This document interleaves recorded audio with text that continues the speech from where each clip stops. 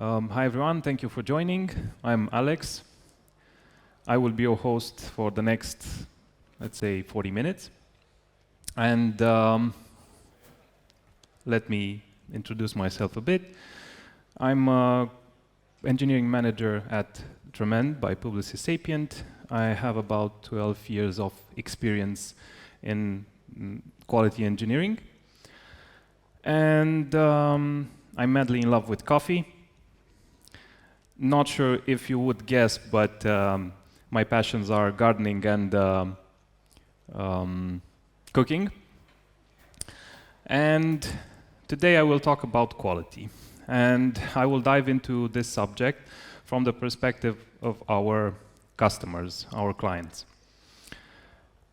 Due to the recent developments of the industry, you will pretty often hear about digital transformation, and digital transformation implies quality engineering as well. So let's see how we can do our best in order to deliver the best results for our customers.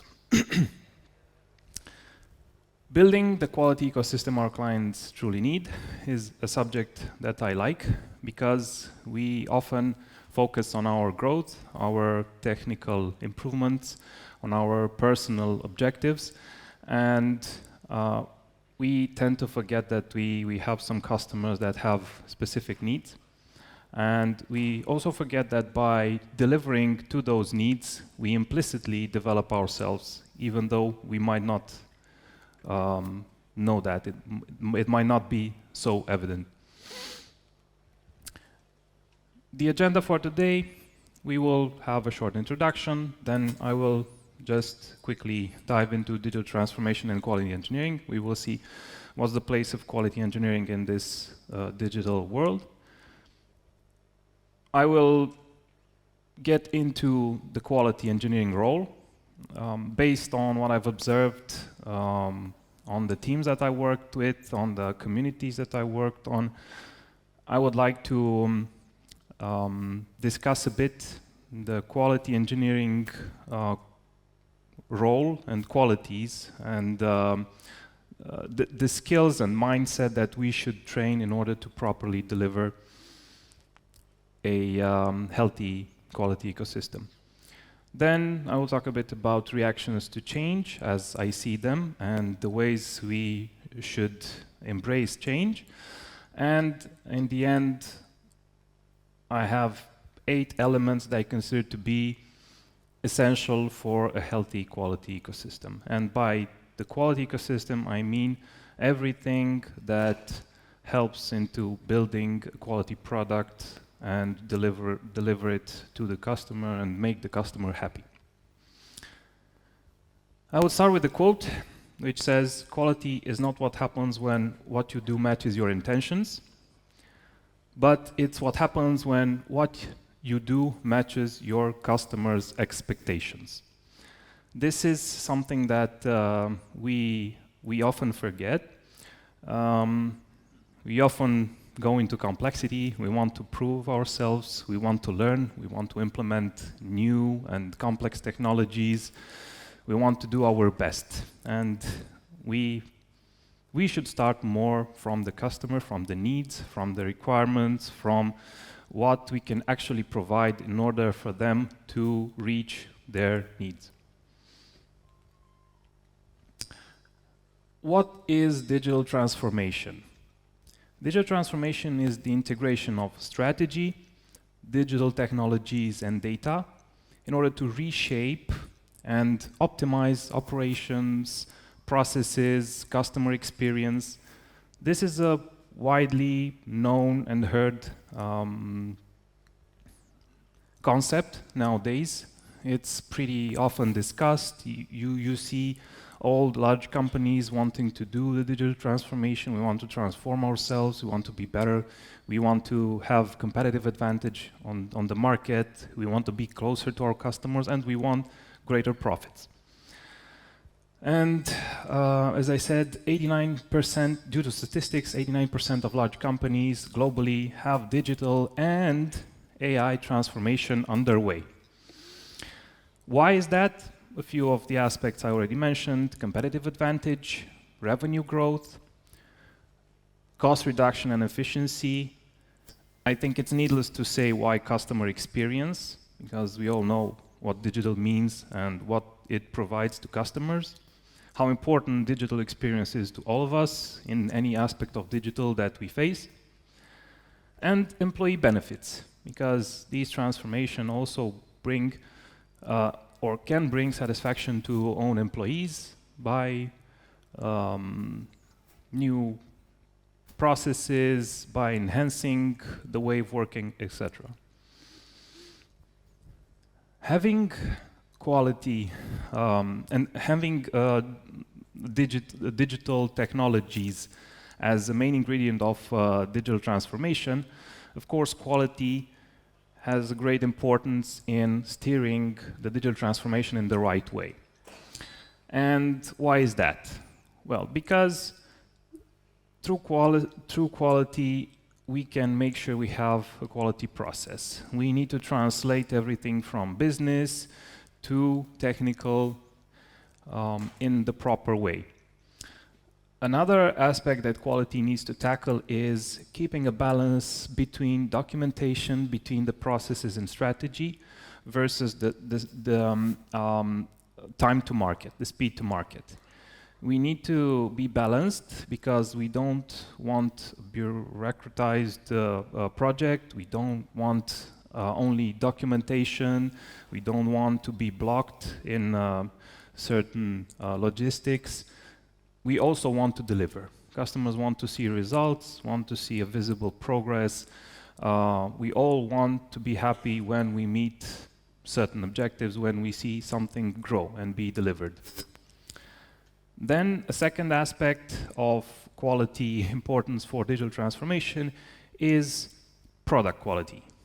And I can split this second aspect in two parts. It's product quality by doing the right thing.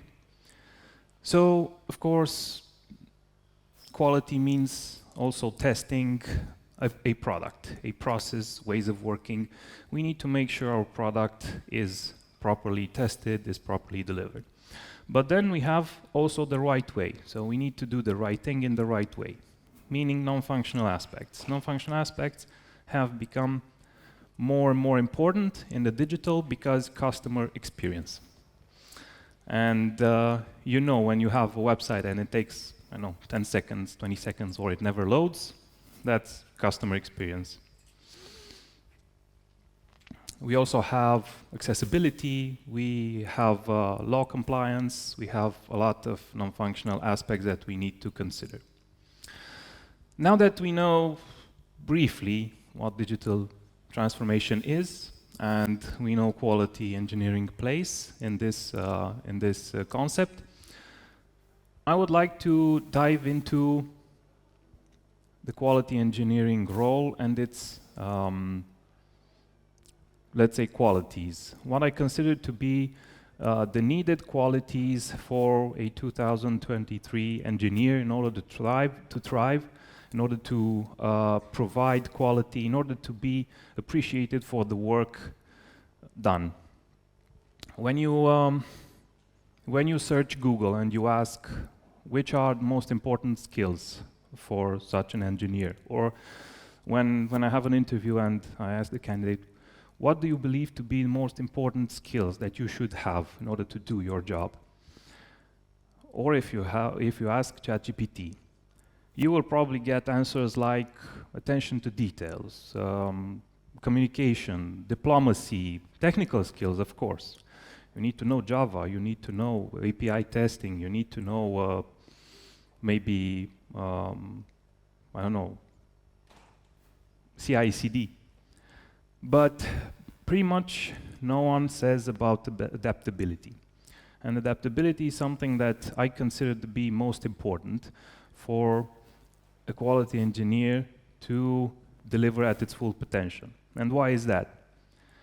Digital transformation involves a multitude of technologies, a multitude of pretty much everything, platforms, methodologies, ways of working, architectures. you can be niched as a quality engineer, but you should be adaptable in order to embrace different aspects of your work, different projects, different changes that might occur, and we will get to the changes as well.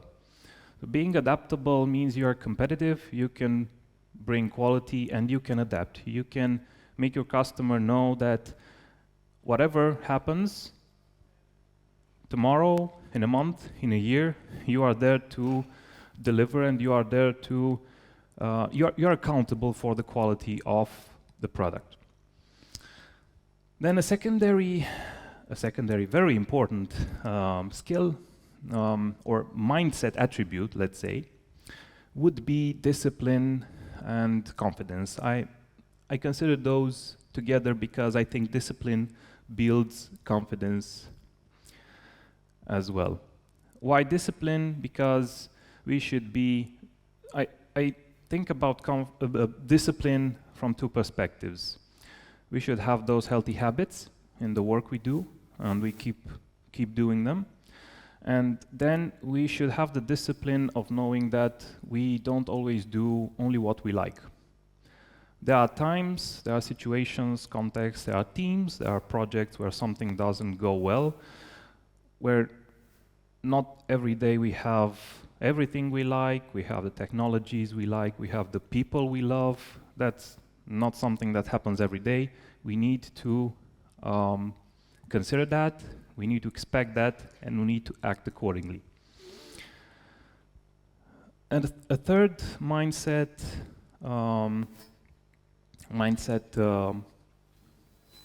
skill, let's say, would be gratitude. Let's be grateful for what we have. Let's be grateful for the technologies that we can learn on our projects. Let's be grateful if we are talking about a new project. You change your project due to various reasons, and this is applicable for anyone, for any role. You pick something in a shape or another. Maybe it's not the perfect shape. Maybe it's a change in the project, a team change, a technology change, not necessarily because everything went perfect by that moment. But if you end up in a situation where you have to deliver something of value on something that was not that properly developed, then you need to be grateful for two things. First one is that someone sees value in yourself. Someone sees that you can fix problems, you can deliver where maybe others had different blockers to do so. And you should be grateful for what you will pick up. You will pick probably new technologies, you will pick challenges that will develop your skills. You will need to solve things, and by doing so, you will learn new skills, you will be more adaptable. As a fourth mindset aspect, I consider very important to be solution-oriented. Regardless of the challenges that we face, we shouldn't stick too much on blaming, on analyzing why has that happened, why aren't the things in a different way. Just, okay, let's understand what's the current context and let's think about solutions. Don't stay stuck for too much because time is very important. As I said initially, in the digital world, time to market is very important. We need to deliver fast and we need to show visible results to the stakeholders.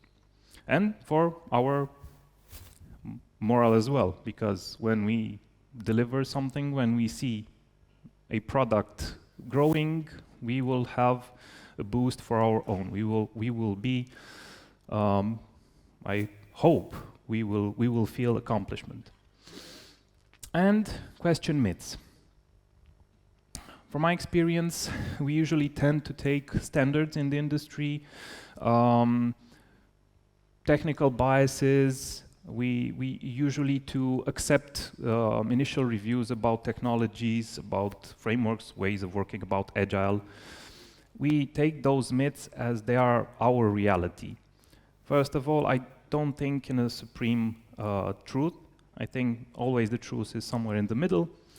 And we should always question what we hear. If someone comes to you and says, do that because that's the best way to do it, okay, I will consider that, but let me just document for myself on that matter. And one personal experience with this, Cucumber. Maybe some of you worked with Cucumber, with Gherkin, with writing requirements in the BDD format. And I worked with a lot of people in my teams that used Cucumber.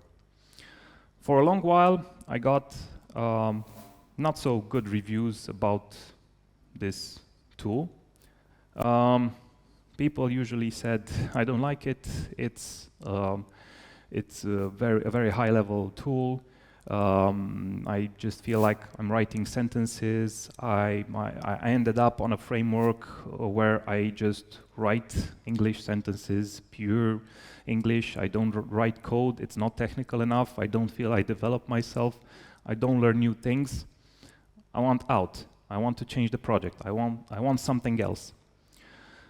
Now, first of all, this is an aspect that makes me get on top to the adaptability. Sometimes we should adapt and we don't always do the things that we like.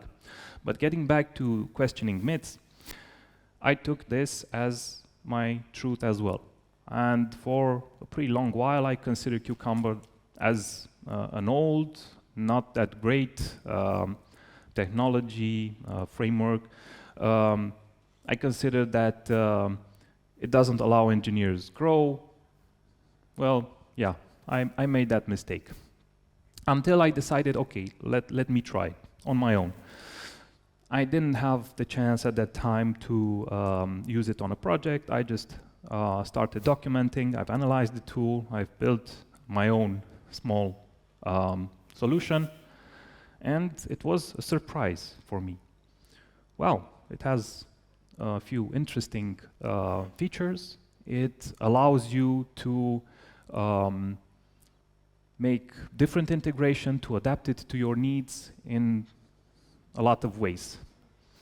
So from that on, I decided I definitely need to try things on my own. And get everything through my personal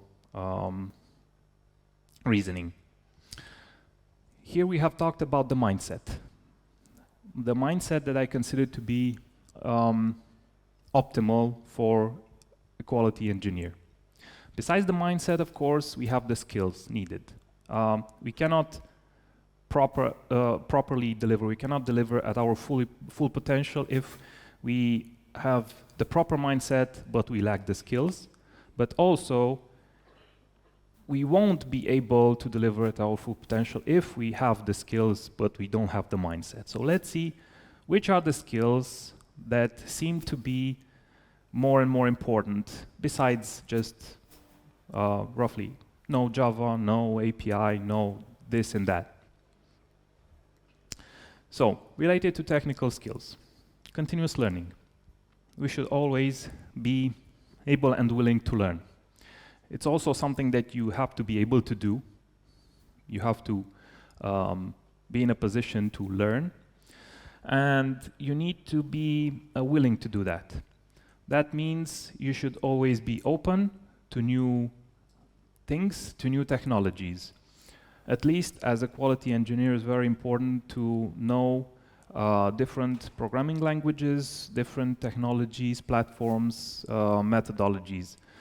In my example, I've worked with 5 programming languages. I didn't niche myself on one language because I've always been open. I considered, okay, you need me on that project, no problem. I will dive into Python, Java, whatever is needed, and I will learn.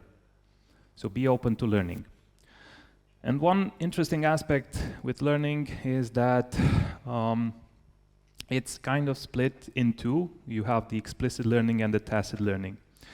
The explicit learning is when you learn from documentation, from websites, so you have a manual, you read something and you learn, a formal learning, so to speak. You have then the tacit learning, which is learning from experience, from your experience, from others' experience, from networking, from chatting with others, and actually you gain experience from their challenges and from what they have faced.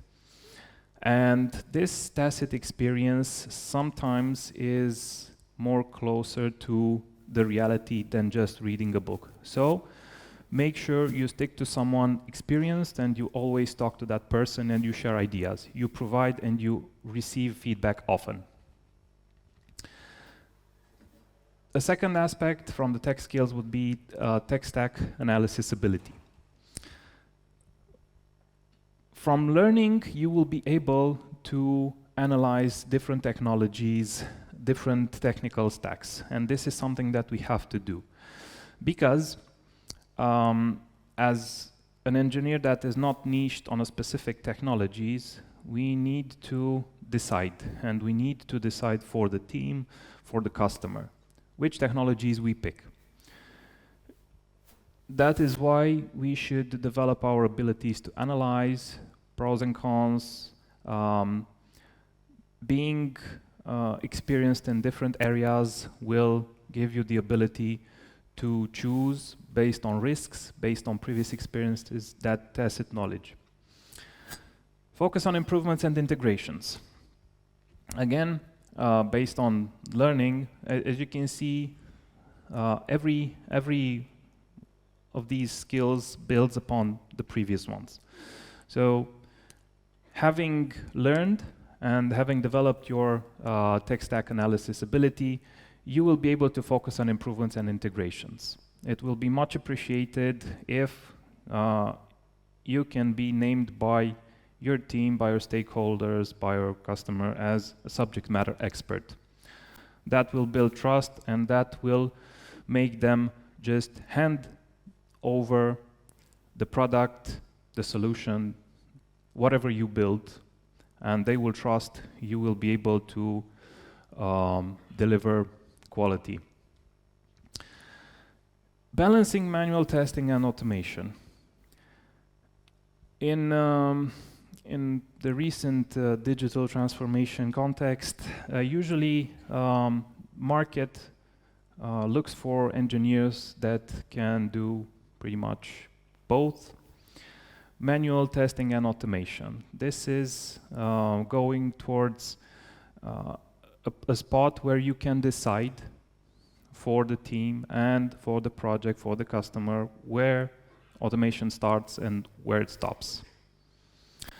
Even though it sounds, as a trend, it sounds, wow, automation is the next thing. It doesn't matter that you should automate everything. Yes, automation is important. We will get into that in the following slides, but it's not the final way and the only way. Then we have comprehensive testing. By comprehensive testing, I mean we should be able to think about the entire ecosystem of what testing means. Testing from requirements, starting from requirements, design. We have code analysis, we have unit testing, component testing, and we go towards integration. We go towards implementing and integrating our testing, our quality processes and techniques into the DevOps practices, which is the next skill. The DevOps practices and the CI/CD. So that's the final aspect which an engineer should have knowledge, at least basic knowledge to understand the concept, to understand what benefits it brings, to understand why it's important for all of us and how we can leverage it. Knowing the skills that I consider most important for such a role, I would talk a bit about change, because change is the next thing. There are 4 aspects that I would like to mention. We should be open to change. We should accept it and find solutions. Change occurs, change is everywhere. We can't control it, Well, maybe we might control it, but in a very small degree. However, we need to be expecting it, and we need to find solutions. Not everything needs changing, on the other hand. So yes, I know changes occur, changes are needed. Sometimes if you don't change something, you remain stuck. But there are also contexts where you don't need changes. And I would get back to the example when you change a project and you join a new project with your own mindset, technologies, ways of working, because there is no one solution fits all, one size fits all for every context, every technical context. So you will get into a team, into a project with your own mindset. That doesn't mean you should change everything. It doesn't mean you have the supreme truth and you have to change things based on your knowledge, based on your desired way of working, and so on. Client needs should be the main focus. Changes occur, but there are some times that changes occur because clients needs change, or stakeholders or our team needs something else. We need to adapt. We need to be objective, and we need to go beyond our own needs. And things change something at a rapid pace. I've seen quite a few times when, literally speaking, today I know something, and today I have a confirmation on something, and tomorrow, the next day, everything changes, or changes change. I have some news today, and tomorrow the news are not available anymore. Everything changes. This is something that we also have to accept, and this is something that is healthy for our let's say, moral.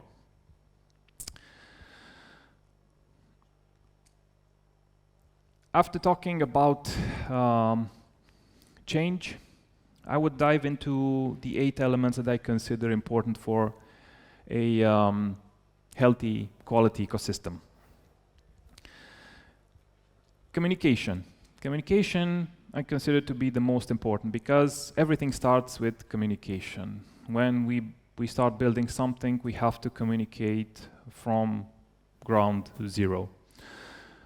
What does it mean? Why it's so important? Because through communication, we can build teams and we can build proper solutions. How we should do that? First of all, we have to accept that we are different. We have different skills, we have different mindsets and different backgrounds. There are more talkative persons, there are persons that don't like to talk too much. They like to code, they are doers, just let them code, don't ask them too much. But they do communicate in their own as well. We also have to accept each of us, because each of us brings a specific positive aspect to the team. We have to communicate vertical and horizontal. We have to express thoughts. We have to always talk with managers. We always have to talk with our peers. That builds trust and that helps us build the proper product. We should be assertive.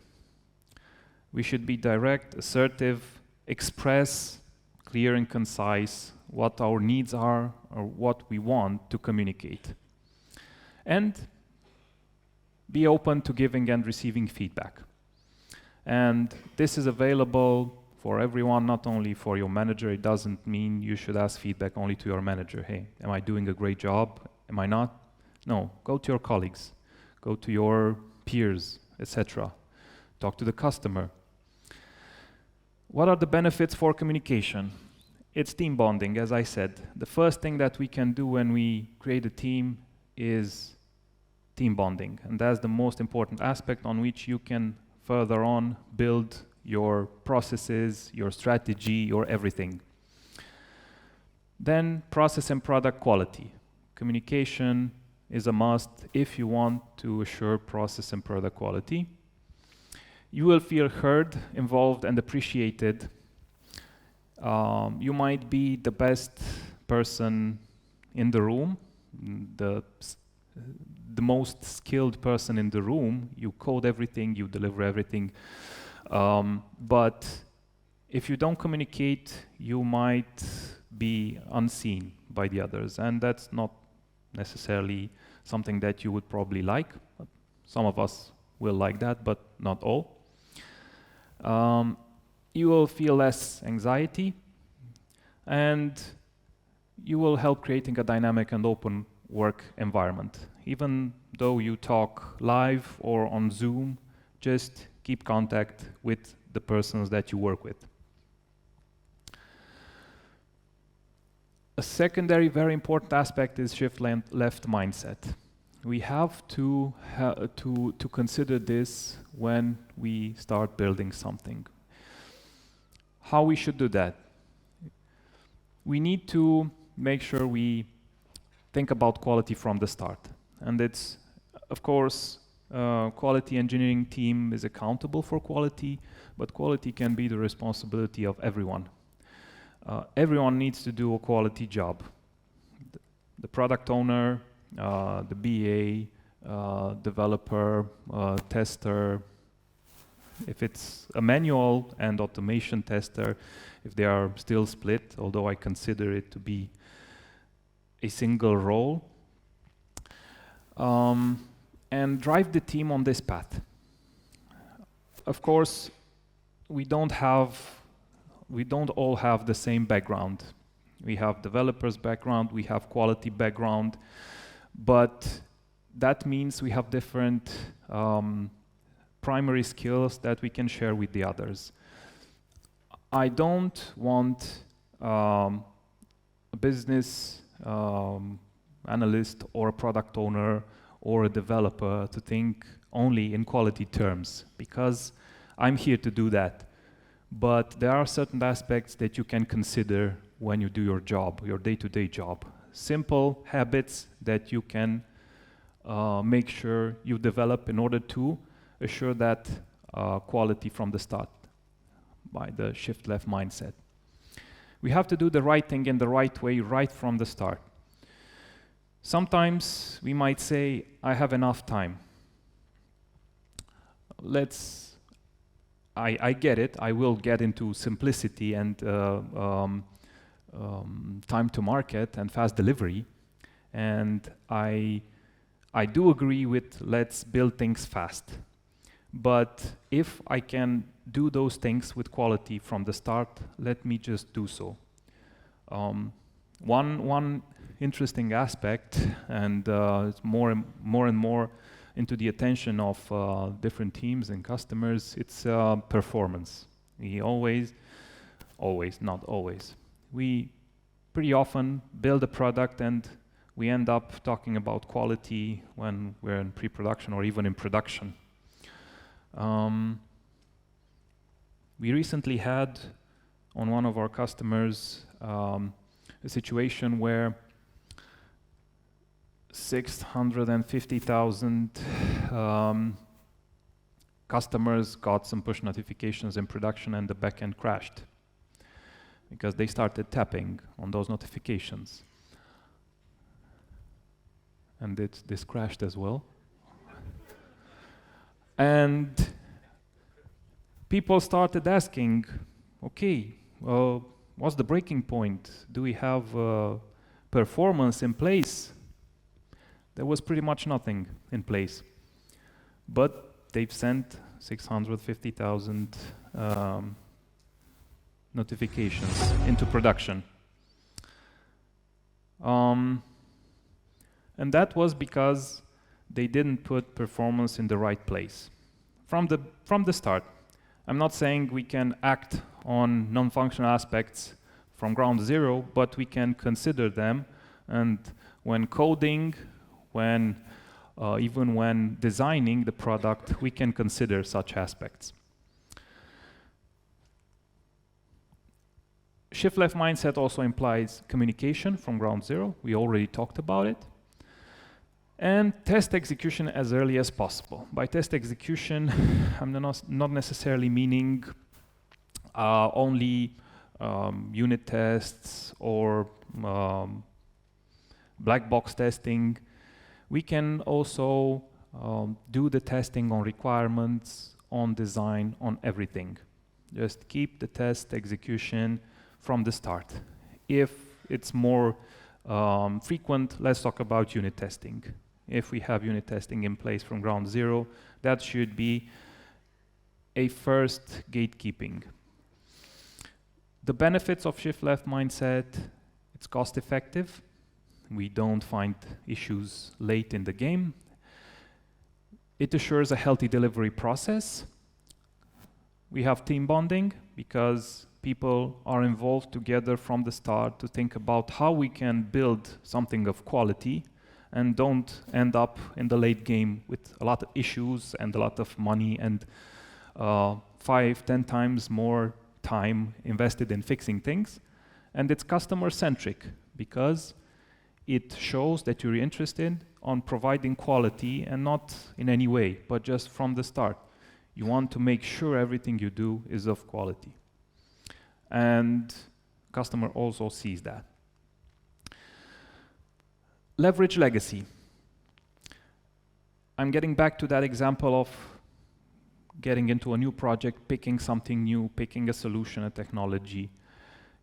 You might have the tendency, as I already mentioned, to say, I know better than this. I know better tools. I know better ways of working. I don't like this.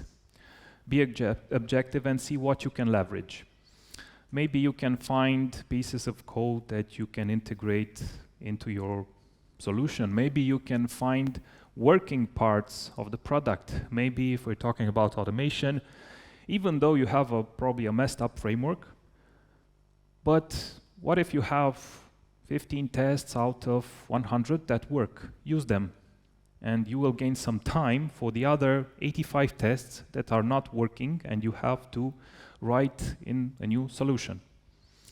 So be objective, leverage working pieces, and there's an interesting that I consider you are here because of them. Them being the previous team, previous build solution, previous product, the legacy or the monolith. Maybe it's a monolith. Don't blame the monolith. It was something that worked at that moment when it was built. What can we gain through leveraging legacy? Of course, it's time and money. Learning new skills, even if you consider deprecated things, but just looking into those, you can learn two things from that. Maybe technologies you didn't know existed, or you knew but you didn't touch. And you will learn how to tackle challenges. Because a deprecated solution, a monolith, can be a challenge for you. If you go through that once, the next time you will be a valuable professional for the next project, team, your own product, or a customer where you will find a similar challenge. You will gain client trust because you're not going there to erase everything, kill it with fire. You start working with what you have, and the client will see, hey, this engineer doesn't just want to show his skills, his muscle. He just wants to see what he can reuse, what's working, what are the positive aspects of my product, and wants to bring his own value added to those. And that's the mindset we should have. And exercise being grateful. If you leverage legacy, means you're grateful for that, you're using it, thank you. Simplicity. Another aspect is simplicity of tools and strategy. Simplicity is a new way of thinking, and I do resonate with this. Before the digital transformation, we all wanted to do complex things. We thought that bringing a lot of solutions, integrations, new tools, as Venkat said, we have the resume driven development. Well, I I have a greater resume if I bring everything in the same pool. But actually, we should think about quality over quantity. And this can be achieved only to thinking simple, building simple solutions, not overextending and not building overly complex products. How we can do that? Well, of course, it's quality over quantity. One example that comes into my mind is, actually more examples, are multiple projects that I've seen with automated tests, dozens, hundreds, thousands of automated tests, but out of which 10, 20% worked. Why were those 80% not working tests there? Who invested so much time in such a complex testing ecosystem only to have a lot of resources through the CI/CD consumed for tests that were only failing, and no one had time to fix that. So let's think about a smaller number of tests, a smaller number of scenarios that we can use, but we know for sure they will work. And let's do that now. So less and faster than more and slower. Sometimes it might seem more interesting if you make a pull request with 100 tests. Wow, when someone sees how many tests I've written, it's extraordinary. But that's not the case. If you have something working right now, if you have a handful of tests, just push them where they have to be and start using them. Start leveraging what you have faster than you would like to do. Better simple and working than complex and failing. Again, getting back to those thousands of tests not working. Think smart, act fast, and be open, be adaptable. Which are the benefits of the simplicity? It's faster delivery, of course. It's visible results, and visible results for everyone. You, for yourself, you will have visible results. You will feel the accomplishment of meeting small objectives. You will boost yourself by just delivering something at a faster pace. Then it's good morale for everyone, for the team, for stakeholders, because they see something is delivered. They start using that something that you deliver. Client trust and time and money, of course. Faster means time and money. Test cases management. Now, data, information are very important, and I've seen a few cases where the lack of test cases was very, very regretted, so to speak.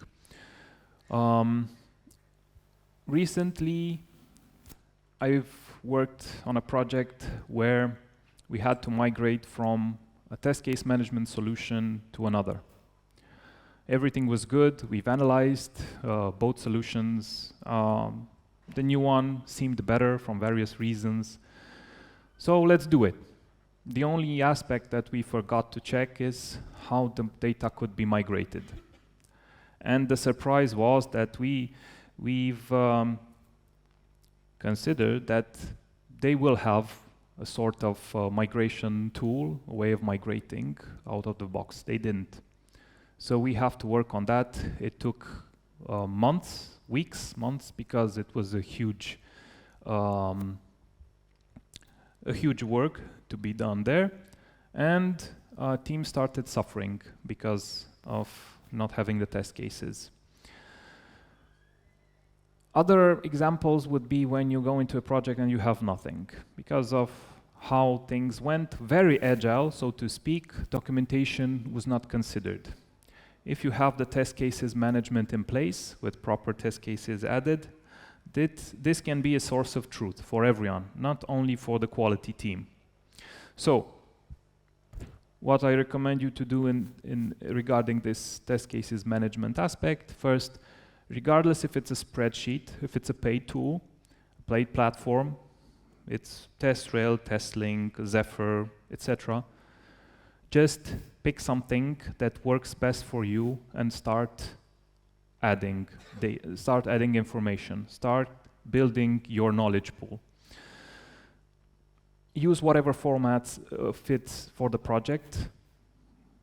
Stop considering myths as the only source of truth. If it's a checklist, go with the checklist, even though maybe you hear about BDD everywhere. Leave behind what you would like to find on a project. So think about yourself. How would you feel when you join a new project, when you embrace a new tool? What would you like to find? And proceed that way. The benefits here: essential knowledge base has to be built. Quality practices, speed depends on it. Having a good knowledge base will help us proceed with the strategy, with the implementation of everything. And client reporting depends on it. If you don't have a knowledge base properly set, how will you be able to report? You've done what? Based on what? What's the reference for what you've done? You will just explore. Manual versus automation ratio. The demand on the market regarding the quality engineering segment is more and more focusing on automation as well. Initially, we have the paradigm of splitting quality in two. We had manual engineers, automation engineers, we still have that, but this shifts more and more towards quality engineers. And manual and automation are just two skills that such a quality engineer should know. Automate when and if needed. And automated testing is a mean and not the purpose itself. I frequently ask persons that currently do manual testing, why would you like to go towards automation? Because a lot of people want to learn automation. Why would you like to do that? There are different answers: because I want to learn new stuff, I want to develop myself, because I could probably win more money by doing automation, because it seems more interesting, because clients want automation. Different reasons. But I always say automation should be a way of doing your job and not the objective itself. Don't think of it as the objective. You have to deliver. If you can deliver that at full quality through automation or manual, it's up to you to decide, or up to the context of the project. Benefits of properly balancing manual and automation. Time and money. There are some times where you don't have enough time to automate. Just don't automate because you want to. Think, be objective. User experience. Manual testing helps. A proper ratio of manual testing versus automation helps delivering the proper user experience. Client trust. Again, a client that sees that you're objective and you want the good of the project will trust you. Otherwise, if you just want to do automation because you want to show what great skills you have, you will not gain his trust, its trust. Time to market. Again, time to market depends. If we have an important release in 2 weeks, probably automation is not the way.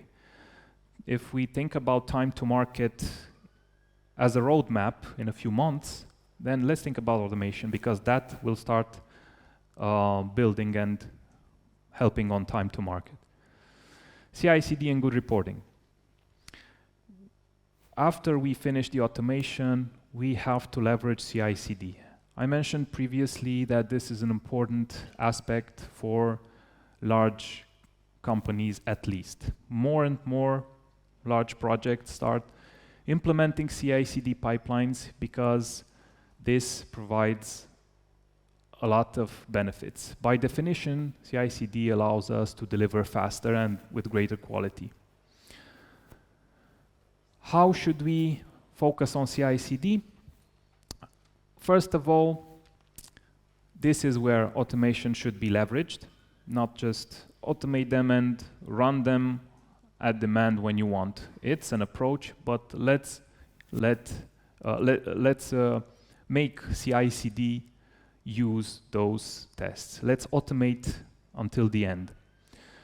Customize solutions or cooperate with DevOps. Depending on the context, we might need the skills to adapt and develop CI/CD solutions, but there are also projects where DevOps teams are in place, and you should only know how these systems work in order to properly integrate your frameworks and your tools. Adapt reporting to stakeholders' needs. This is another aspect that uses CI/CD. Avoid throwing reports no one needs and no one reads. Don't just report things for the sake of reporting and showing how much work you've done. And translate quality engineering into the automated gatekeeping. CI/CD with automation added can be a valuable asset if used accordingly. The benefits: product status visibility. Everyone knows at any time where we are. Time and money. Faster delivery, of course. That's one of the main purposes of CI/CD. Leverage quality work. And, of course, customer and team morale, because we have a system in place that works for us. And final aspect that I want to tackle, leverage AI. More and more, everywhere, not more and more, everywhere we hear about AI. As initially said, statistics show that 89% of large companies are in the process of adopting AI. So we should also consider it. Focus on prompt engineering, develop your prompt engineering skills. AI tools integrations where applicable, and the benefits, you probably already know them. Time, upskilling, because you'll learn new things, client trust, and be competitive. If you don't learn and use AI for your advantage, others will do it. So this is pretty much it. I'm a very big fan of adaptability and being open to change. So just focus on customer needs and your growth will come along. Thank you.